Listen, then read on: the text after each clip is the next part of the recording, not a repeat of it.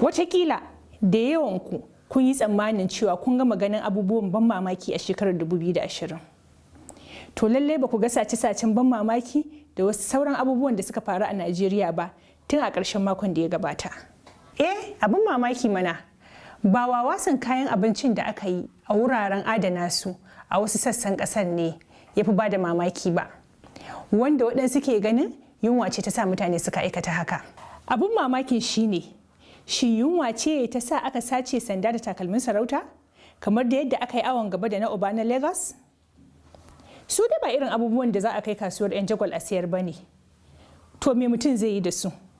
Wani wajen kuma lallabawa aka yi, aka sace gilashin ido daga cikin mutum-mutumi na Chief Obafemi Awolowo.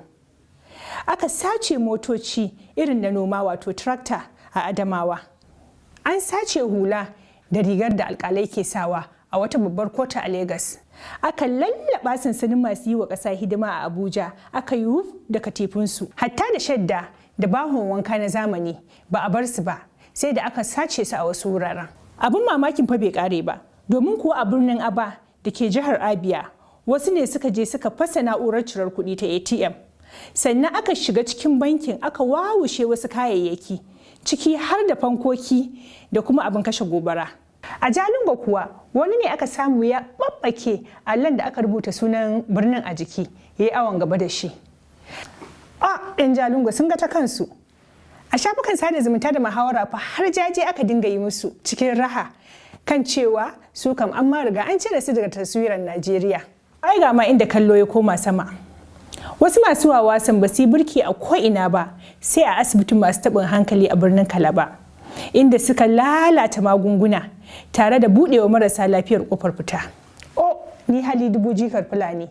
To mecece ribar sakin marar lafiyar da bai warke ba? Na tabbata ko danginsu ba lallai su yafa wannan al'amari ba. Tuni dai hukumomi suka fara buɗe ido kan wannan wawaso da aka yi.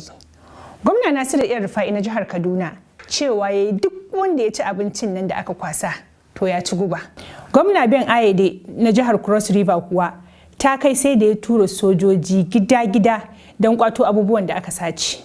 Yayin da gwamna Fintiri na jihar Adamawa ya baiwa masu wawasan wa'adi kalilan na ko dai su mayar da waɗannan kayayyaki ko kuma ya sa aje a rushe gidajensu.